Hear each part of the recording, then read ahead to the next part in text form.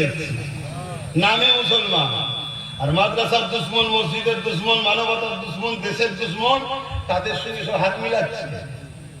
গাদ্দার, মুনাফিক গাদ্দার গুলোকে চিনে রাখেন, এদের সঙ্গে কখনো সম্পর্ক রাখবেন না। রাখলে আল্লাহর লানত আপনার উপরও আসবে। এটা আমার ডিউটি, আপনাকে সজাগ করলাম, কারণ আপনি আমার রুহানি ভাই, আমার পীরের রুহানি সন্তান। আপনি দাদা হুজুরের আওলাদ তো নাকি? তাই বুঝাচ্ছি। সেই দিন ওই বলেছিল গাদ্দার এজিদি মুসলমান, কি বলেছিল? আবার বলেন হাজি, পাক্কাই ইবলিসের চালা। ও শয়তান বলেছিল কি মিনি পাকিস্তান বলেছিল না? বলে নেই।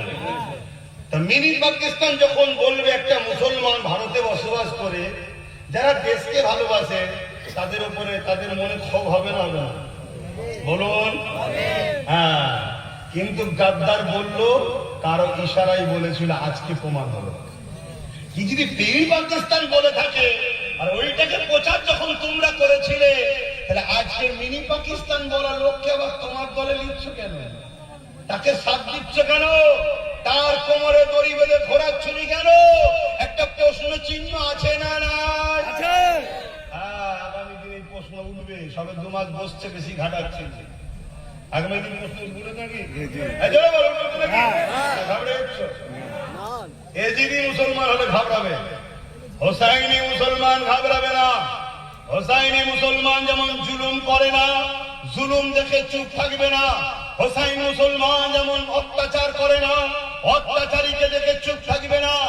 অতএব যে বলেছিল সেদিন মিনি পাকিস্তান, তার কোমরের দড়ি আমরা দেখতে চাই না। চাই না? বলুন, চাই না? চাই না? তুমি তার কোমরে দড়ি না দিয়ে আগে বগল করলে ঘুরবে, বড় পথ দেবে, তাহলে আজকে আমরা বলতে বাধ্য হব তুমি এর মধ্যে মিনি পাকিস্তান বলিয়েছিলে, যাতে বিশেষ একটা সম্প্রদায় মুসলমানের উপরে খেপে যায়। ঠিক তো নাকি? কোথায় কিছু নাই। মৌলী সাহেবদের স্টেজে এসছে, এসে বলছে যারা মুসলমান হয়ে জন্ম লাইনে তারা হতভাগা। আল্লাহর সৃষ্টি কখনো হতভাগা হয়? বলেন, আল্লাহর সৃষ্টি হতভাগা হয়? আল্লাহ তো প্রত্যেকটা মানুষকে সৃষ্টি করে পাঠিয়েছে পৃথিবীর শ্রেষ্ঠ মখলুক করে। আপনি বলতে পারবেন একটা হিন্দুর বাচ্চা সৃষ্টির পৃথিবীর শ্রেষ্ঠ মখলুক নয়? বলতে পারবেন আপনি?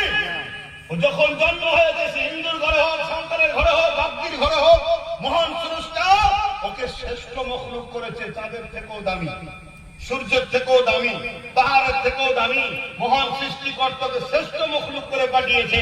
বড় হওয়ার পরে তুমি মুসলমানের ঘরে এসছো, তুমিও শ্রেষ্ঠ মখলুক হয়ে এসেছো। কিন্তু বড় হওয়ার পরে তুমি মুসলমান ঘরে এসেছো বলে আর বড় হয়ে চুরি করবে, ডাকাতি করবে, খুন করবে, লুটবে, বিধবাকে মারবে, এতিমকে মারবে।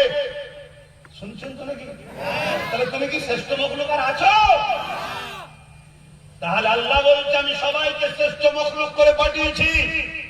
শ্রেষ্ঠ মখলুকের আখলাক কখনো জালিম হয় না, অত্যাচার হয় না, খুনি হয় না, লুটে নেয় না।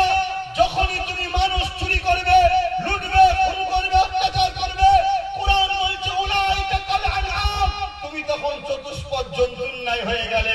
কোরআন আরেকটু বলছে বালহুম আদাল, চতুষ্পদ জন্তুর থেকেও নিকৃষ্ট হয়ে গেল। তাই আমি কাউকে একটা জাহান্নামের লকাব দিয়েছিলাম, জানেন তো? এ নিয়ে কত ফতোয়া। এসব কেন বলবে? এসব কথা পেয়েছে, এসব বলার কি দরকার? কই, আমি তো আপনাকে বলিনি। আমি আপনাকে বলেছি? আপনাকে বলেছি? কাউকে বলেছি? তোকে বললাম কেন? কেন ওর হাতে হাজারো খুন হয়েছে, ওর হাতে হাজারো গরিবের ঘর ভাঙা হয়েছে, ওর ইশারাতে কত মায়ের কোল খালি হয়েছে, ওর ইশারাতে কত বের রেপ হয়েছে, ওর ইশারাতে কত লোকে আত্মহত্যা করেছে, ওর ইশারাতে কি না জুলুম হয়েছে। তাহলে আল্লাহ বলছে হাত দ্বারা তোমাকে মানুষের সেবার জন্য পাঠিয়েছি, কাউকে লুটার জন্য পাঠাইনি। পা দ্বারা ন্যায়ের পথে চলার জন্য পাঠিয়েছি, এই পা দ্বারা কাউকে ক্ষতি করার জন্য পাঠাইনি। কিন্তু আজকে তোমার হাত দেখতে মানুষের মতো, পা দেখতে মানুষের মতো, কিন্তু কাজটা হিংস্র পশুর থেকেও খারাপ। কখনো কখনো আমরা ওই ন্যাশনাল জিওগ্রাফির একটা আছে, দেখবেন বাঘ হরিণের বাচ্চাকে শিকার করতে গিয়েও ময়াতে আবার ছেড়ে দিচ্ছে। কিন্তু মানুষের মধ্যে কিছু মানুষ আছে হিংস্র বাঘের থেকেও খারাপ।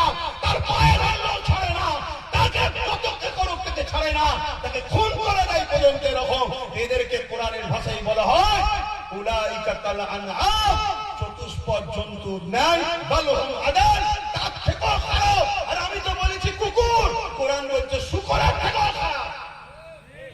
তুমি তাকে মানুষ দেখছো, তো আমি কি করব? আমার সৃষ্টিকর্তা বলতে সে মানুষ শুকরের থেকেও খারাপ। কেন? সে জালিম, সে অত্যাচারী, সে খুনি। মনে রেখে দিও, পৃথিবীর একটা কোন নবীকে দেখাতে পারবেন 1 লক্ষ মতান্তর 2,24,000 নবী রাসূল এসেছে, কোন দিনের জন্য কোন জালিমের সাথ দিয়েছে? যত ইমাম এসেছে, যত মুহাদ্দিস, যত ফুকাহা, যত আলেমে দ্বীন, একটা দেখাতে পারবে না যে কেউ জালিমের সাথ দিয়েছে। কেন? জালিমের সাথে শয়তান থাকে, আল্লাহ নয়। জালিমের সাথে কে থাকে? আল্লাহ থাকে না। ধরো তুমি একদিন বাজারে গেছো, একটা মুসলিম আর অমুসলিমের লড়াই হচ্ছে, শুনছো? মুসলিম আর অমুসলিমে কেন এখন এইসব বিভাজন চলছে তো নাকি? লড়াই হচ্ছে। তুমি ভাবলে রে মুসলমান আর অমুসলিম যখন লড়াই হচ্ছে, আমিও তো মুসলমান, আমার মুসলমানের সাথ দেওয়া দরকার। কিন্তু তোমার কাছে খবর আছে মুসলমানটা অমুসলিমের উপরে জুলুম করছে। অমুসলিমের দোষ নেই, কিন্তু জুলুম করছে, শুনছো? তুমি যদি ওই জায়গায় মুসলমানটা সাথ দাও, মনে রাখবে তুমি শয়তান।